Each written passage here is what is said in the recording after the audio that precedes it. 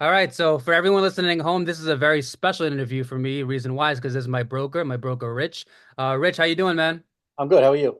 I'm pretty good. So let's start off with the first question. How many agents do you have? Somewhere between 175 and 180. That's inc Kind of varies month to month. Um, Sometimes a little bit more, sometimes a little bit less, but right around that. It fluctuates. And how long have you been in real estate now? I just passed my 10-year mark. So 20 May of 2024 was the 10-year mark. So here's my question. How did you get so many agents in a relatively short period of time? Yeah, so I've been a HomeSmart broker now for the past just about 8 years, 7 or 8 years. Um, and it was just a lot of word of mouth from our agents. I don't really openly recruit agents, so you don't see me making those recruiting calls or sending out recruiting emails and all that other nonsense. 99% of our agents come from other agents, where another agent might say, "What a great," they might say to another agent, "You got to join HomeSmart for this reason, that reason." A lot of it comes down to money, but I think a lot of it comes down to the broker support, which is why we grow so quickly. Um, and we do have a certain kind of agent. Our agents really aren't like other agents, and I can elaborate on that too. So, like I said, ask away. Yeah, so just for the viewers at home, the way that we met was I'm actually an Uber driver, and I actually Ubered one of his agents, and he introduced me to Rich. There So you good go. luck. Yeah, and so I guess that I'm part of that statistic. Yes. What made you get into real estate? So back in 2013, this is a great story. I tell this story over and over again, especially to new agents. In 2013, June of 2013, I had lost my job. Yeah. I was working in the IT field, nothing crazy, decent salary, decent benefits, paying my bills every month, living check to check like, most Americans. Hmm. Um, and I had lost my job. And I had quickly found another job after that, which I had really liked. It was kind of a sales position in my field. It was more like pre-sales or consultative selling, where the sales department would send their prospective clients over to me, and I would actually decide what the client wanted. Um, so I started to realize that I was actually really, really good at, kind of reading through a lot of what clients were asking for and helping them make a decision. Unfortunately, after being there for 5 or 6 months, I lost my job again. CEO came in, so obviously last one hired, first one fired type of thing. Yep. And I just realized somebody brought up the subject to me and said, "Why don't you become a real estate agent?" I really didn't take it too seriously. I was like, "Well, dude, I got to pay bills. I got kids. I got a mortgage. Hmm. I can't fool around with, you know, real estate." Hmm. And he said, "Look, man, what are you doing right now?" And a light bulb went off in my head. And he's like, "You're right. I'm not doing anything right now. So let me just take a class." I took in person. It was 9 days in a row, like a 9 day kind of intensive. Hmm. I'll be pretty blunt when I say this. There was 70 people in the class. Out of those 70 people, I heard some of the most stupidest questions I ever heard in my life coming out of these future agents' mouth. Yeah. That I said to myself, Jesus, if this is my competition, I think I'm going to be pretty good at this business, and that gave me a lot of confidence. And it's just the truth. Yeah, yeah, yeah, So with that, I took the class, obviously passed the test. I probably got 100 on the test. I thought it was yeah. that easy. Started working with a more traditional brokerage, and I could touch on that if you want to, what a traditional brokerage is. Started working at a traditional brokerage, and then after 2 years of hanging my license there, I went out on my own. Within the first 2 years of working at that brokerage, I became a top producing agent, Wow. doing some things that at the time were a little unorthodox, or a lot of things that um, agents just weren't doing at the time. Hmm. Whether that was cold calling, FISBOs, expireds, doing internet leads, online leads, website leads, social media leads, etc. I was doing a lot of things that a lot of agents weren't doing, so I was generating a lot of leads, making a decent amount of money, and also realized that the brokerage was taking way too much money Mm. between the broker splits and junk fees. And I decided at that point I should start to look around for maybe another brokerage that might fit my what I'm looking for. And then when I started to look around at other brokerages, I quickly realized that they were really all the same. Yeah. Low splits, high fees. And I said, well, if that's the way it's going to be, I'm just going to open up my own Mm. brokerage and basically give agents everything that they need that I would expect out of a brokerage. And that's kind of how I run things. Um, I believe that here at HomeSmart, we don't have salespeople. We don't. We have CEOs, and I'll use you as an example, right? You have multiple businesses. You're not just a real estate agent. You do other things, whether it's Uber or the sneaker thing or Yep. whatever it is. Mhm. Those are the type of agents that we attract, right? Because it's Yeah. a CEO type of mindset. Mhm. So I think we attract the CEO type of agent. Um, you know, some of our agents do, tons of deals and they operate very, very independently within the law, and that's kind of what we look for. We're not looking for a very needy agent. And what I mean by needy is I need you to do this for me, I need you to do that for me. Mm. We want agents here to be self-sufficient and be able to do things on their own. And that's what helps create them as a CEO. And that's definitely the type of agents that we attract. I believe that HomeSmart is probably the best kept secret in real estate. Mm. I don't know why at this point. I'm all over social media trying to get the word out there. I've been trying to get the word out there for the last 7 or 8 years. Mm. We're one of the top 10 largest brokerages in the country. It's a 100% commission model that gives you everything that every other brokerage gives you and more, with no junk fees, no BS fees, just 100% commission with a small transaction fee. Why any agent would not want to be uh, at HomeSmart absolutely blows my mind.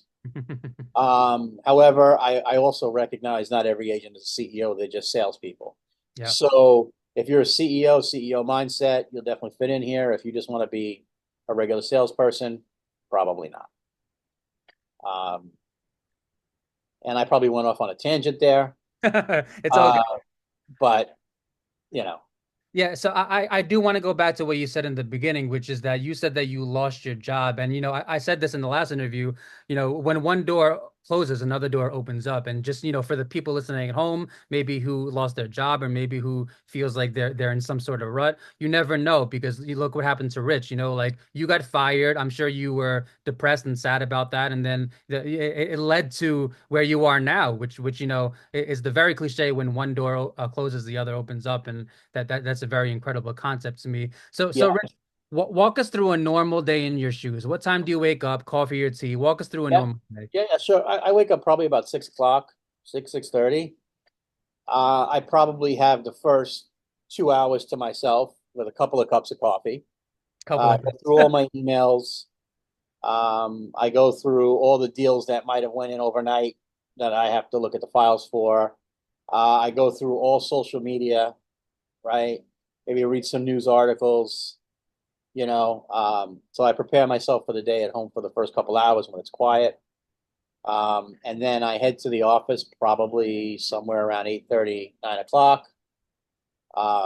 Meet with agents. We have agents that come into the office, meet with them, maybe cut some checks, go over anything that might have happened overnight, talk to agents. Like if it's a Monday today, just find out how their weekend went, find out how their open houses went, if they need anything from me, etc. I'll probably answer some more emails or some voicemails or text messages, social media messages about agents that want to potentially join us. We get a lot of messages from other agents looking to learn more. I'll talk to each and every one of them, but like I said, not everybody's a HomeSmart agent. Hmm. Uh, I like to consider myself as or ourselves as a destination brokerage. Mm. So I'm kind of when I do talk to an agent, I just want to make sure that they're gonna fit in. So my interview with an agent is a little bit different than uh, some other brokerages. Hmm. But again, I went off on a tangent. But that's pretty much my day. And then real estate is I don't want to say it's a 24 hour a day, 7 day a week thing. but it's definitely it's a time you wake up till the time you go to bed thing. Mm. So if an agent texts me at 10 p.m. and has a question, I'm going to answer them. Yep. Um, and the same thing if they text me at 6 a.m., I'm going to answer them. Yep. Right. And the same thing for any agent. I know a lot of agents will only, take phone calls up until 5 or 6 o'clock. Yep. I think what a lot of agents don't realize that if you don't take that call or answer that phone, they're just going to go to somebody else. So, Yes. Yep. um, and the same goes for our agents. If I'm not available for me to take their call or their text message, they'll just find another broker that may. Yep. Now, Yep. I honestly don't believe that there's any other broker out there that's going to take um, their messages the way I do. I don't have office managers. I'm the broker. I'm the owner. I'm not a big believer in office managers. I think it just adds another layer of management. Yep. Typical managers don't have any stake in the business. So why are they going to answer a call after 5 p.m., right? They're only paid till 5 p.m., Hmm. right? So I also run things a little bit different than I Hmm. think most brokerages, and that's definitely appreciated by our agents. Yeah, so just for all the agents and people watching, I can vouch that Rich answers every single text and email within 5 minutes, no matter the time. I think the longest he ever took was maybe 7 minutes longest, but he answers every text and email very, very fast, which is really important to me. Rich, what is your favorite thing about being a broker? Watching agents grow. Mm. Um, and I absolutely love when an agent joins us from another brokerage and they get their first paycheck here. And I can't tell you how many times, first of all, I pay them the same day as closing, right? So that shocks the crap out of them, right? That they just got paid literally 2 minutes after the deal closed. Yep. Um, so I love their expression when I see that. Another thing is when they get their check, even though they believe me when I told them about the 100% commission minus the transaction fee, they didn't really believe me. They're just so used to a lot of the junk fees that there would be some extra fees taken out, and when they're Mhm. not, they're really surprised. And I just love looking at their expression or hearing their expression when they get paid their first check. I also really love when one of our newer agents does their first deal. I think that's one of the most important things too, right? Um, and and I love when newer agents turn into top producers after their first year. I mean, we've had Mm. a couple of agents that have done that. So there's a lot of things I love about the job, right? It's a labor of love, right? I love our agents. I think of us all as a family. I know that sounds a little cliche, Mhm. but we're a family, but not in a cult type of way like maybe some other brokerages. Right. Um, so, just tons of things I love about it. I mean, I can go on for days about what I love about it. Yeah, when I told my friend that that there's an $800 flat transaction fee, he goes, Christian, there's no way that you can sell a $3 million home and you're just gonna give your broker $800. There's no way. I'm like, yeah, I mean, That's the and not way it not is, man. and You not only know? that, but I've spoken to many agents about Rich, and this is completely honest. Nobody has said anything bad. Nobody has ever said, "Oh, Rich is an asshole. Rich screwed me." Rich, Rich has a very great reputation. I've spoken to many agents. Everyone says he's a good guy. He doesn't screw anybody, and I'm not getting paid for this. He didn't tell me to say this. He Yeah. just he has a great reputation. You can ask Yep. any of his agents. And again, I don't know how most brokerages run their business. Hmm. Um, but I don't float money. Hmm. So what I mean by that is there's some brokerages. I mean, I don't know offhand. I just know this way a lot of brokerages run. You bring the broker a check for $10,000. He needs to pay the guy that closed the day before he could pay you. So he's paying you out of the money you just closed, right? So it's this kind of revolving type of money in, got to pay the guy before, and then, which is why I think a lot of brokerages take sometimes 2, 3 weeks, a month to pay their agents. I think they just kind of just float money. Yeah. Don't do that. So when an agent drops in a check for 30, 40, $50,000 into our bank account, I don't look at it like 30, 40, $50,000. I look at it just the same as somebody that drops in $5,000. It's Hmm. not my money, it's your money, right? So I think maybe some brokers out there, see that 30, 40, $50,000, say, okay, great. Now I could pay my rent that I'm behind 2 months. Yep. I can pay my car insurance, I can pay my mortgage, and I can pay off my vacation. Hmm.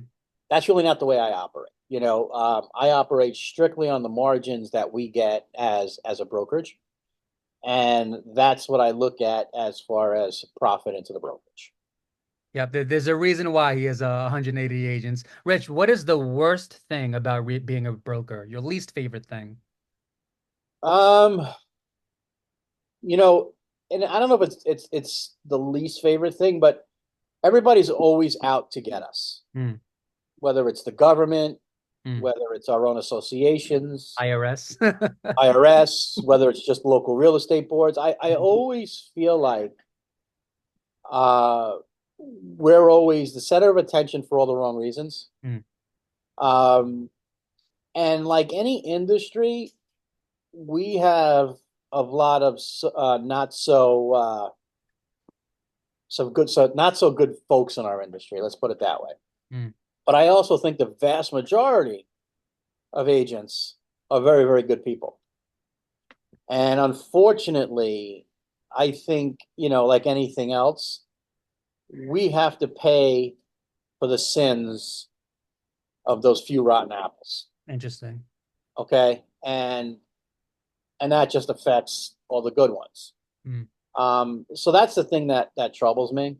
Um, and the way the government is, on top of our business all the time and always feels that, we make too much money, we don't take care of the sellers, we don't protect the buyers, we don't do, it's just not true.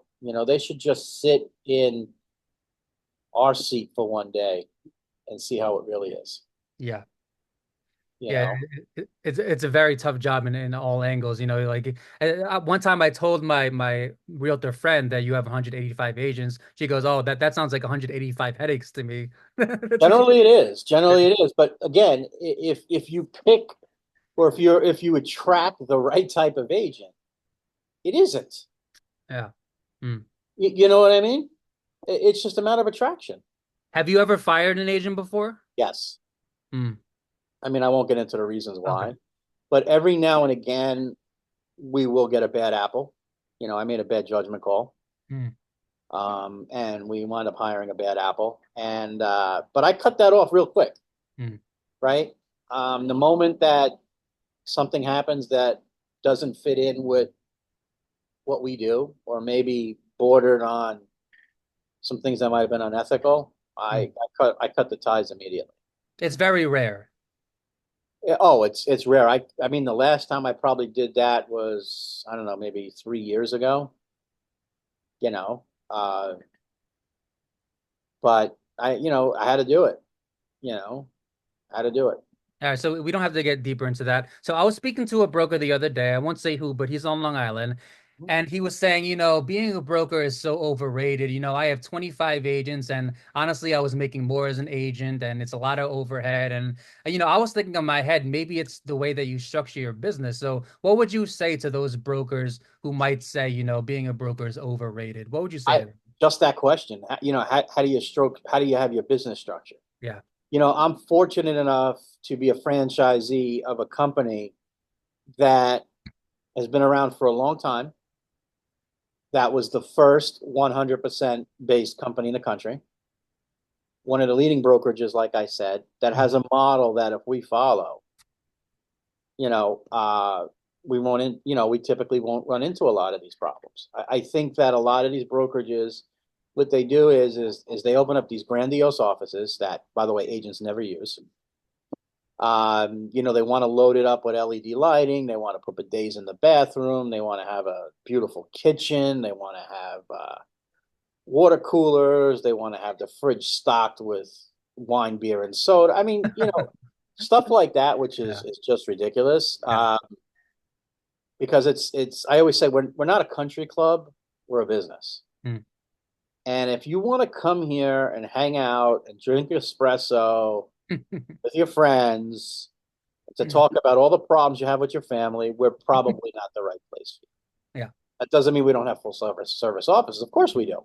Mhm. But we're not going to have these big elaborate kitchens. Like I said, we're not going to have these beautiful lights that come down towards the countertop and light up logos and bidets in the bathroom and special kind of But days in the toilet back. paper, that has like a stamp on it, like you're at some luxury hotel or something, right? So that's kind of not what we're gonna have, Uh, because that's just useless stuff.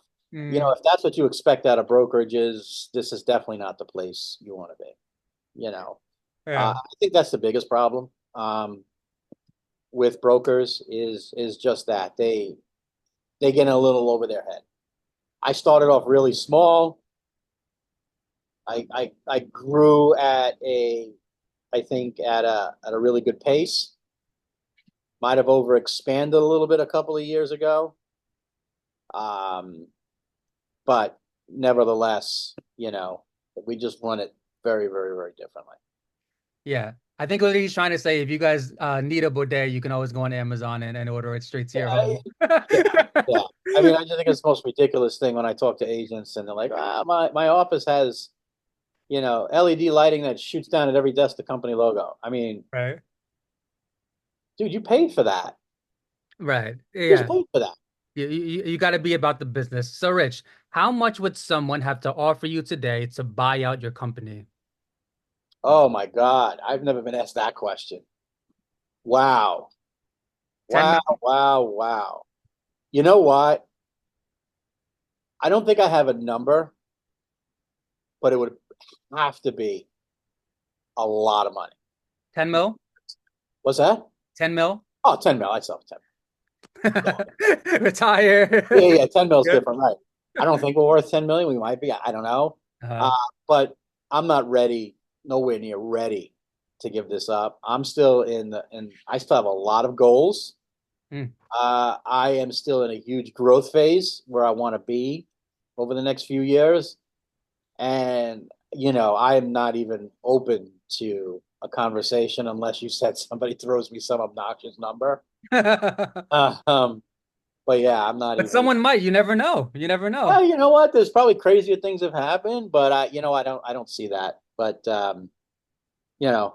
still have a lot of goals, a lot of things I want to accomplish, and until I do that, I'm not really looking to entertain any offers. But you already have 180 agents. Where is there to go from there? Where So is I, there I to think go? on Long Island we have 25 or 30,000 agents. That's where I want to go.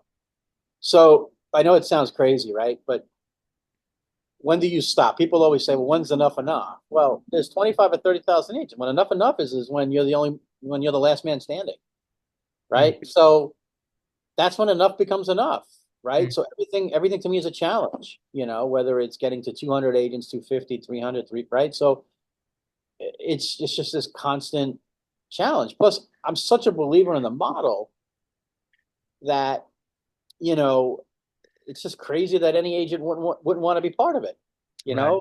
Um, I'm sure you're an investor as well, too. yeah, I have a couple of properties, but that's not even what I like to do. I do that because I just have to, I guess. This is what I love to do. Right. Yeah. I think I can tell by the way that you talk that you enjoy your job. You don't wake up in the morning thinking, "Oh, work Oh God, again." You no, enjoy it. no, no, no. I wake up in the morning wondering who am I going to be able to help today, Yeah. or hoping I can help somebody today, And I'm whether a sure current agent or an agent that wants to join us. I'm sure your mentality now is much more positive than it used to be in your older jobs. Rich, do Uh, you do commercial real estate too, right? I dabble in it. It's not something that if it's something small like an office rental, no problem. But if it turns out to be something really big, I'd just rather just refer that out. I just kind of stay in my lane. Hmm. You know, Right. Rich, approximately how much per month do you spend into your business? you mean as far as like rent and that kind of thing goes? And overhead, all overhead Our together. overhead is really not high. I don't have staff, right? So, I have things like insurance and rents. Um, but other than that, I don't really have any overhead to speak of. I mean, rents are what they are. A few $1,000s a month on rent, insurance, a few $1,000s a year, right? So, I mean, other than that, everything else is pretty much just profit or, money in our account. It sounds amazing to me. Rich, how do you respond to people who say that smaller brokerages are more intimate and better? Because some people say that. Some are, Mm, it just depends on the agent. There's no right or wrong when it comes to joining a brokerage. mm. Right? Every agent, at least in the beginning, thinks that they're in the right place. Um, and I can tell pretty much any agent that joins a brokerage other than us that probably after about 2 years, they're going to wind up making a move. You know what I mean? Yeah. Because at that point, they'll start to open their eyes a little bit and start to realize there's other models out there, models that are, you know, uh, higher commission, less fees, etc. And when you become a business person instead of a salesperson, you start to realize more money in your pocket is the most important thing. But there's no right or wrong when it comes to large brokerages over small brokerages. Look, at the end of the day, I say this all the time. When you're a listing agent taking a listing, you know, you put that thing on MLS, it's going to the same exact places, being syndicated to the same exact places as any other brokerage. Okay. Um, some other questions. Yeah, I just want to add to that. Just because you're in a smaller brokerage, it doesn't mean that your broker is going to answer faster. It doesn't mean that he's going to show you more attention. Some brokers have 10 agents and they don't show Most of their. the larger brokerages, they have so many managers and so many layers that probably makes things more difficult. Hmm. But there's no right or wrong. Rich, do you view other brokers as competition? No. Nope. I think they may view me as competition. Because if they're if we're using the same pool of agents or the same pool of CEOs, they need to um, tell that prospective agent or CEO why they charge obnoxious fees potentially Hmm. and lower commissions that we do. Hmm. Right? They have to show their value, and for some, you know, there really is no value there. Rich, what is the number one thing agents are doing wrong? I think again, the number one agents that they do wrong is they don't consider themselves CEOs. They think Hmm. themselves as salespeople, and Hmm. then everything's about me, me, me, me, gimme, gimme, gimme, instead of let me go out and get it myself. Hmm. So one of the things that agents ask all the time is, do you give leads? Listen, man, nobody gives leads. Nobody gives leads. If any brokerage tells you they have leads, they're flat out lying. Interesting.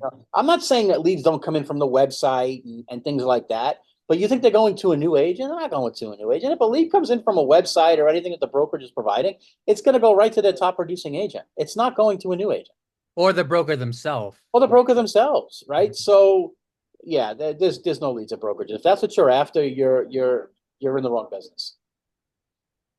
Yeah, because I have heard people say, oh, my broker gives me leads. So you think that they're maybe not telling the truth, or maybe, Well, the maybe the broker leads might give them leads, but taking an obnoxious split on top of it. are. Mm. Right? So there's Yeah. nothing wrong with a broker getting leads and giving it to another agent, but when you see the split that they're getting for it, it's probably not worth it. And here's another thing. If you're gonna be long term in this business, you can't depend on other people's leads. Mm. We could touch on teams in a second too, but and mentorship. But if you become so codependent on other people's leads, it's great in the beginning, but eventually you have to do it. If you want to earn serious money, you have to do this yourself. Yes. You know, Rich, what is the number one thing other brokers are doing wrong? I think they look at their agents just like a number. Mm. Um, Mm. and I think they concentrate too much on their top producers and not so much on their lower producers. Mm. I think those are the two biggest things I hear. So when I get an agent from another brokerage that might not have been a top producer, one of the biggest complaints they have is that the broker is always looking out for, um, always taking the side of their top producer over the newer agent. And I understand why they have to do that. But that's, I think, the biggest issue I see. Very interesting. Do you think the interest rates and home prices will lower anytime soon? Oh, they're on their way down now. I don't think prices are going to go down. Real estate never goes down. I mean, 2008, we had the crisis. I get that. That was an anomaly. Hmm. Real estate prices don't come down. They only go up. Mm. So, and then, there are things that, you know, uh, exacerbate that when interest rates go low, and then house prices go even higher. But then they stay there. They'll level out Yeah. and they'll come down if interest rates go higher. So when you see interest rates go lower, you're just going to see higher home prices. Yep. Yeah, and I say this all the time, but to me, it's just such a sad truth because so many people can't afford to buy right now. The vast majority of people can't afford to buy, and pretty much everyone wants to. And like, in order to buy now, you have to make six figures, which is really sad truth to me, man. Mm-hmm. It is what it is. Yeah. So, Rich, tell us about your very, very first year, because real estate changed a lot in the past 10 years, right? Tell us about your first year. How was that like? First year, I mean, you know what? I was really lucky in my first year. Like I said, I didn't have deals that fell apart. I didn't have buyers that were cheating on me. I didn't have listings that were, uh, you know, listings that were difficult. My very first year was basically, um, reinvesting back in myself with leads. I quickly realized that nobody's going to hand me anything, and I had to reinvest back in myself. Hmm. And I always say this to new agents, you, you got to make money. You got to spend money to make money, Hmm. especially when you're new. Hmm. There's ways to go about it without spending money. It just takes a lot longer. Yeah. So I invested a decent amount of money in my business, bought leads, et cetera, et cetera, et cetera. And like I said, probably within the first 6 months, 8 months, a year, I was a top producer in the office. After 2 years, one of the top producing agents in the company. It was a big company. And it was just constantly, every time I did deals, I would just double down on lead generation. And that's kind of still what I teach, Hmm. you know.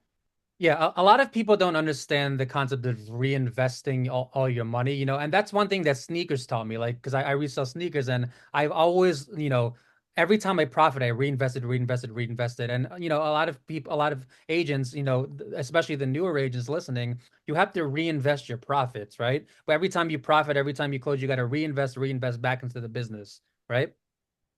Yes, absolutely. How will the NAR lawsuit settlement affect realtors? You know what? I always talk about this. As of right now, we really haven't been affected. I mean, sellers are still offering buyer agent compensation. Smart sellers they know that they want to have the most eyes on their property and the most opportunity to sell it. They know it's in their best interest to offer compensation. So most sellers are still paying it. So we haven't really seen a big difference, and that's kind of scary in its own right. Yeah. Um, because I really think that the DOJ was out to get realtors and thought that this would put a stop on a lot of things, and it hasn't. Mm. And that just scares me a little bit because when they realize that nothing much has changed, they may look to squeeze some more. Mm. So we'll see. But right now, nothing has changed. Not much has changed. Yeah, and for all of you that are thinking about getting into real estate, do it. Don't shy away. Don't let the settlements or, the statistics stops you. Because one thing that took me, the reason why it took me a long time to get into real estate is because I knew about that 90% statistic, that 90% of agents quit in the first year. So that's one reason why it took me a long time. Rich, what is your long-term plan? For HomeSmart or just in general? Or in general, let's say. I don't know. I mean, my long-term plan is to, grow HomeSmart here on Long Island into the biggest and baddest brokerage in the area. Um, and basically, I'd like to eventually move down to Florida Oh, it's and the be American able to. dream, right? I already have a place in Florida, so I'm already halfway there. Right. But and be able to do everything I do up here down there, and I already can anyway. But that's kind of what my ultimate goal is. I don't think I'll ever sell this business. I honestly don't think I'll ever be collecting Social Security. Well, at some point you will sell the business, right? When you retire, at some point you I will. don't But know if you still love what you do, why would you get rid of it? Right? even when you're 80, 90, you're still going to be running around. But I don't really run around. That's the Mm. thing. I Mm. sit in a chair and take calls. It's very sedentary, so which is another reason, which is another issue in of itself. But, I don't really see myself selling it. and which that's why I don't think I'll ever be able to collect Social Security because I'll always have income. So, Right. I don't know. We'll see. It's a long way off. Rich, do you have any tips for new agents? Yeah. My biggest tip for any new agent is, find a brokerage that's going to let you be a CEO and you're not going to be a salesperson. I tell that to agents all the time. Think like a CEO, not a salesperson. It's great advice. So, Rich, we have a minute left. Where can people find you? They could find me, they could call me 917-716-9265. They can email me raspantini at hspremierliving.com. They can find me on Facebook, Instagram, TikTok, YouTube, all those other places. Reach out to me if you want to learn more. I'd be happy to show you the 100% way. I'll drop all the links below. Rich, it was amazing, man. Thank you so much for your time, man. All right, we'll talk soon, bud. All right, have a good one, boss. Thanks.